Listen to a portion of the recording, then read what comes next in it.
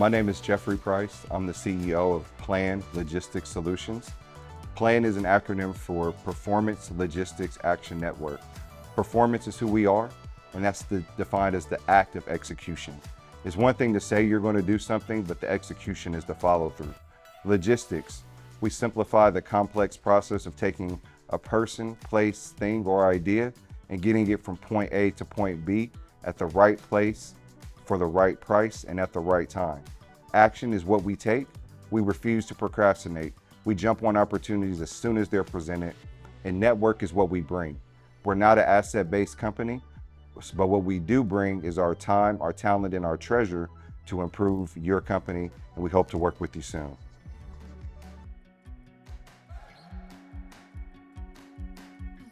So what I'd like to talk about is, why don't you tell us the story of how you started your business?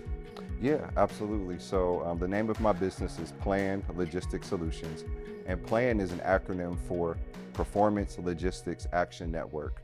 So just to elaborate what that means, performance is who we are, which is the act of execution. Logistics is what we do, which means that we simplify the process of taking a person, place, thing, or idea from point A to point B. Action is what we take, and network is what we bring. So we're a freight brokerage, and we do consulting as well in logistics. I do not have my own trucks, so similar to a real estate broker that connects someone buying a house to selling a house and vice versa, what we do is we stand in the middle between a shipper who needs something moved and a carrier who has their own trucks, and we provide that unique relationship and network to where, for example, if Christina needed something moved from Ohio to California, you would reach out to me. I would contract Josh's trucking and give you the best rate possible. So at a high level, that's an overall synopsis of our business.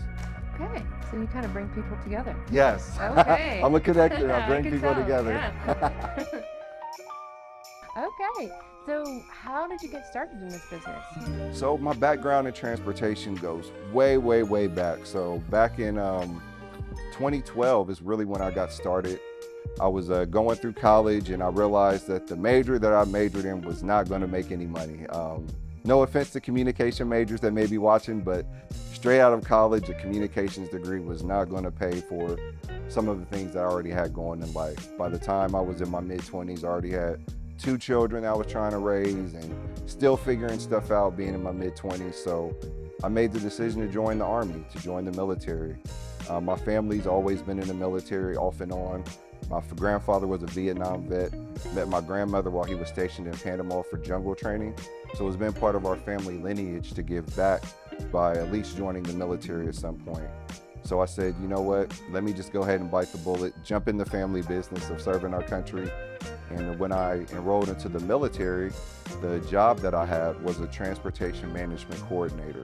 So that's what got my foothold into logistics, to where I really found where my gift was. I went to boot camp in 2012, got out in 2013 from boot camp. Then immediately I had the opportunity to deploy to Afghanistan. It was one of the scariest moments in my life. But I couldn't turn down that opportunity. You know, my grandfather, he fought in Vietnam, so I said, I want to fight for this country as well. So I volunteered to go. I went to Afghanistan, had an amazing deployment to where I really got to do transportation logistics, closing down bases in Afghanistan, preparing for our troops to pull out. And that's where I learned about trucking, doing truck driving in Afghanistan, arranging transportation. And I'd like to say now, that moment really prepared me for where I am now, because I'm willing to go the extra mile.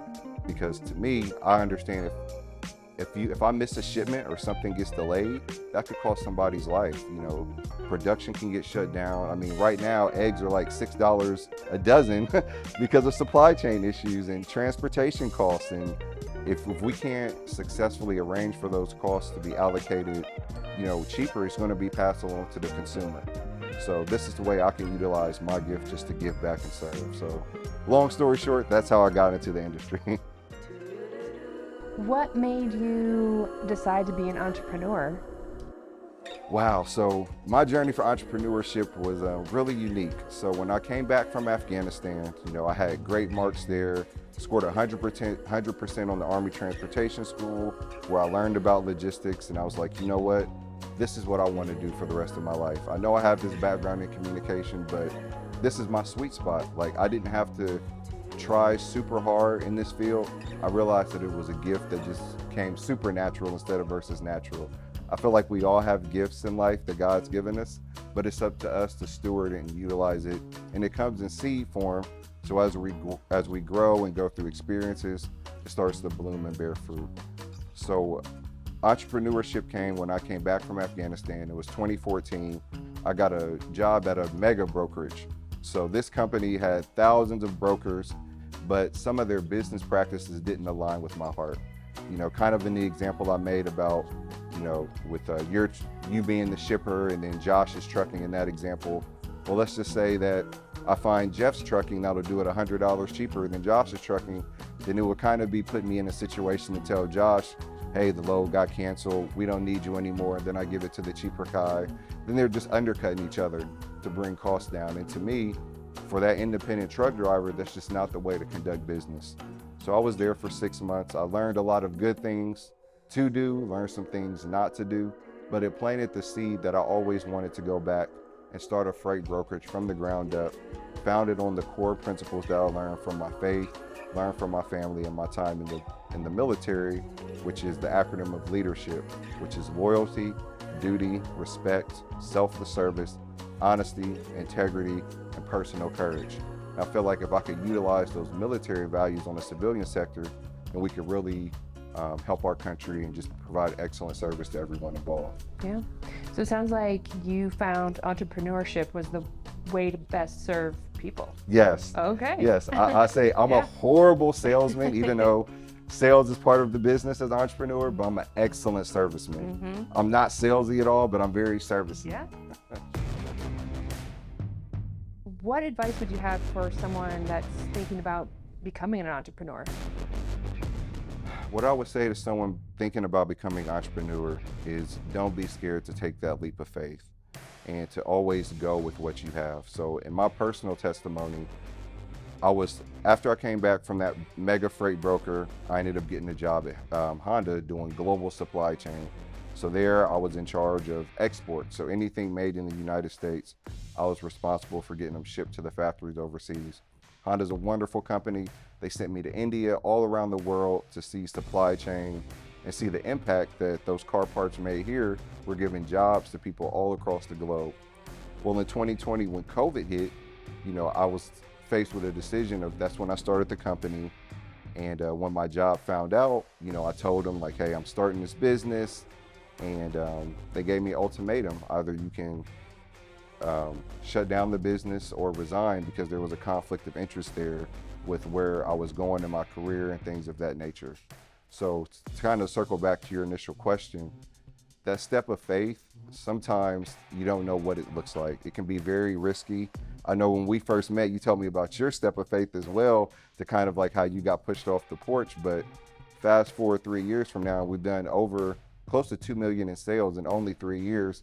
And I just think back, like, imagine if I would have said no, or said, I'm not going to take this step, and where would I be? Mm-hmm.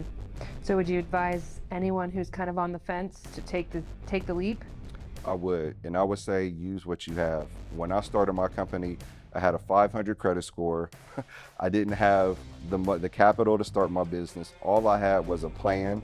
Dropping a line here. I just had an idea, but I put in the work to make it tangible.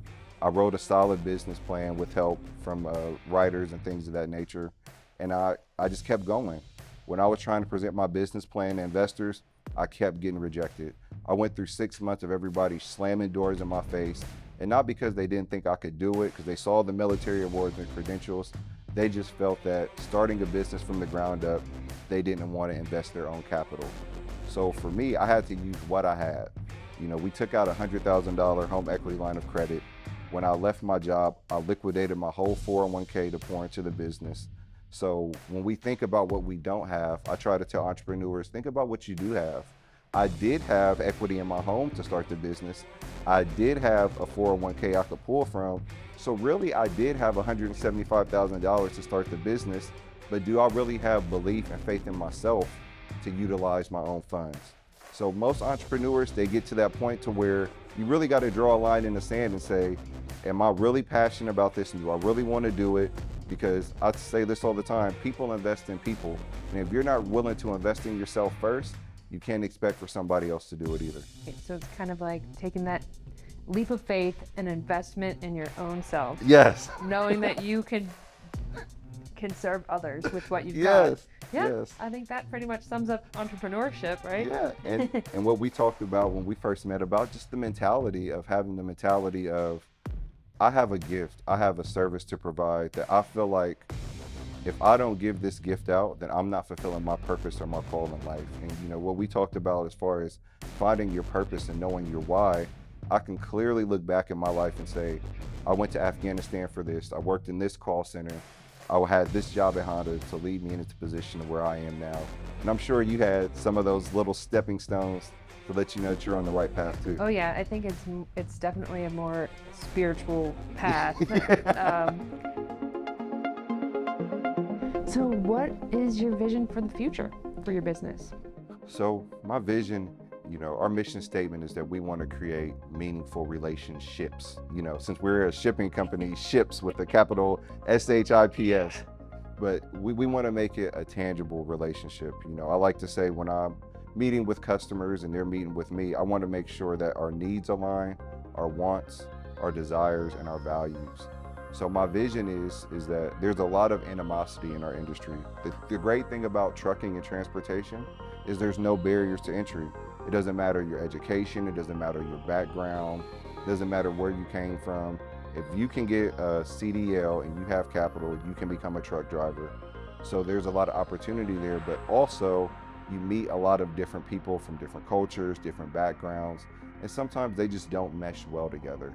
So my vision is to create a community of shippers and carriers that can unite for one common goal, and that's really to get goods at the right place, at the right time, and for the right price, so that consumers who are, at the end of the supply chain are getting great prices and great deals.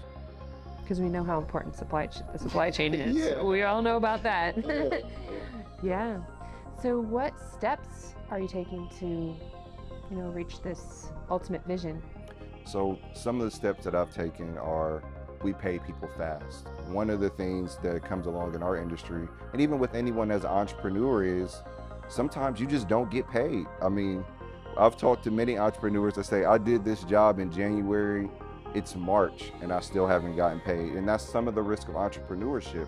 So for truckers, there's a lot of capital involved. If you think about a truck, it's really a house on wheels. Some of them have sleepers, some of them have showers, some of them even have kitchens in them.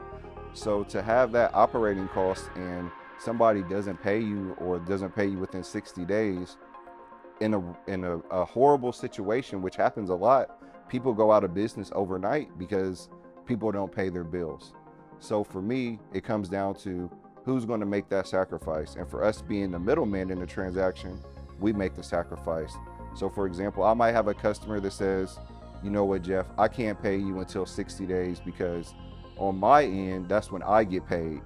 So what I'll do is I'll float my own cash. I'll use my own relationships to steward that in between time. And then I always pay my contractors or my carriers that haul freight for plan within 17 days.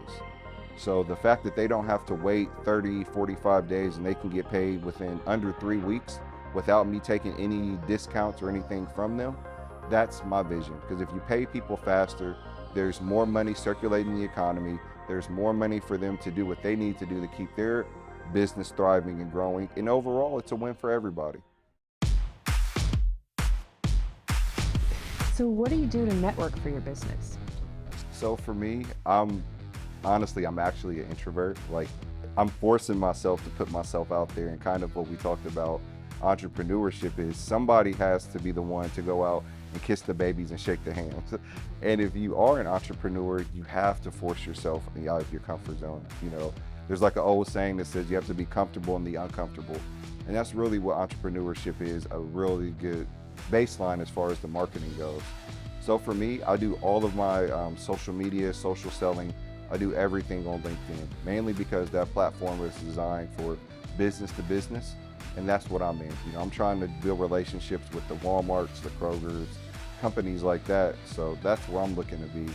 As far as the other social medias, Facebook, TikTok, Instagram, I don't have a big presence on there, and only because for me, I've realized, being a father, being involved in my church, being a husband, running a business, and I also do day-to-day activities in the business, do the accounting.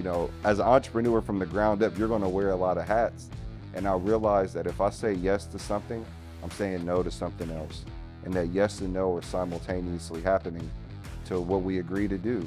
So I had to say yes to LinkedIn 100%, and I had to kind of shy away from the other social medias for now. But who knows? Maybe I'll hire somebody to manage that for me, but LinkedIn is where I do all my selling. All right. So how do you feel about selling? Speaking of selling. Yeah, That can be a tricky thing for entrepreneurs. yes. And I think the biggest thing is there's a difference between if you're selling a product versus selling a service. So I'm a service provider.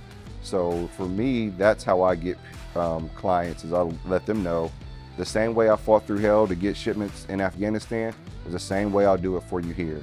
And this isn't a one and done conversation when I'm talking to a client, because as a service provider, I'm personally going to handle your account. You're personally going to hear from me. I'm personally going to track and trace your shipments, make sure the drivers show up on time, things of that nature, there's no disruptions, and really just communicate. So for selling for me is just being myself. Oftentimes we try to water down our personalities, and I tell my guys, just be yourself. There's all these books about, do this and do that, and you'll be the best salesman. And I say, that's very, prescriptive. And I never want to be prescriptive. I want to be descriptive. I want to be able to describe what works for me. And then, prescription to the individual is whatever their unique talents and treasures are. What works for me might not work for Christina, because we're different, we're wired different. And I think oftentimes when we try to put our gifts in a box to fit a certain formula, we can kind of miss out on just being ourselves. So basically you're telling me selling is just the way you serve. Yes. So it's kind of like the way you served our country in Afghanistan. You're just taking it one step deeper. Yeah, I got the third grader grin now, because I was like, yes, you underget me. So what do you think is the single most critical thing you need to learn right now? For me, the biggest thing that I need to learn that I'm still working on is delegation. As an entrepreneur, I'm the marketing guy, I'm the accounting guy, I'm the sales guy, I'm running the social media pages. And my team, every day they ask me, Jeff, how can we help? Where can we help you? And I'm like, no, I got it, I can do it. So I'm really working on that myself to say, you know what, you can do it, you got it. Let me give this to you. And they want to help, but for me, it's hard for me to not be hands-on, because I'm so used to having my hands in the pie. So just really delegation, that's the biggest thing that I'm working on. Yeah, I think it's kind of the hardest part for entrepreneurs when you start out. Mm-hmm. It's like your child, you're handing it off to a babysitter. Yeah, that's it. This is my little baby. I started it from up here to out there. Babysitter. Yeah, yeah. And my employees, they quit their jobs to do this full time, commission based from the ground up. So I say, yeah, I have a crazy level of faith, but they quit their jobs for a startup. They trust me. So I have to give that back to them. I want to be a leader that reciprocates. So they trust me, I trust them. And to me, that's how we build true and meaningful relationships and a great company culture. What do you think your biggest strengths are? For me, I think my biggest strength is I like to use the acronym called RAW. I think my biggest strengths are I'm real, which means I'm transparent. I'm an open book. Anything that anybody wants to know, I'll just tell it. Second is authentic, which means vulnerability. Even though I'm a bigger guy, did all this stuff in the Army, the military, I'm vulnerable. I'll shed a tear, I'll share a hug. and I'm just open with my emotions. Most men, we try to bottle things up and not let it out, but I realize that it's good to show empathy, especially in the world we live in today. Being a leader that can empathize and sympathize with your staff, with your customers, with your clients, you can really meet people where they are. And then the last for the acronym overall is willing. I'm willing to try anything. I'm not risk adverse. So I'm willing to just put myself out there. Even doing this is a little uncomfortable for me, but you know what? I said it needs to be done. The story needs to be shared. Your story needs to be shared too. And I'm just willing to put myself out there. Is there anything else that you think people need to know about stepping into entrepreneurship or taking that leap? I would say for people who are thinking about taking that leap, the biggest thing is, I like to call it a three-headed monster that really attacks people from getting into entrepreneurship and starting their goals. And the first head of that three-headed monster is procrastination. So for leaders, I would say, and entrepreneurs, don't procrastinate. Don't put it off. Don't worry about what you don't have, but focus on what you do have. Because when we have that mindset of focusing on what we don't have, then that's really what materializes. But if you focus on, hey, I have this, I have this, I have this, then the creativity will come. So just not procrastinating. The second head is permission. You know, I would say a lot of times we're looking for validation from other places on whether or not we can do it or not, but that self-belief in yourself to say, you know what, I can do it. I do believe in myself. I do believe this is what I'm called to do and that I can do it. But if you're looking for validation from people who like your posts on social media and stuff like that, it's really fickle out there. 1 minute you're hot and 1 minute you're not. So if you're looking for other forms of validation besides something internally or with your loved ones, you're always going to be missing out. And then the last head of that three-headed monster is just being a perfectionist. Letting go with that when I start this business or go out on entrepreneurs, that things are going to be perfect. And I'll be the first to tell you that 401k, gone, spent within the first year. That $100,000, I used it for software for the company, gone. So all those resources were gone. And as I went, resources came. So you got to just go. And I like to say the acronym for go is you just got to get out. And then the perfection will come. And you know, who really wants to be perfect? Like, then you won't have anything to work on. It would be boring, like, you know. So I would say just really combating that three-headed monster, procrastination, looking for permission or validation from other places, and finally just not being a perfectionist and just realizing that it's not going to be perfect and just to go for it. And just embrace the uncertainty, because I think uncertainty is everyone's monster, right? Yeah. We're all wired to be Yes. fearful of uncertainty, so yeah. Yeah. Well, this has been wonderful. Thank you so much for taking the time to have this interview. Thank you. And thank you for your time, Christina. And thank you for having me as well.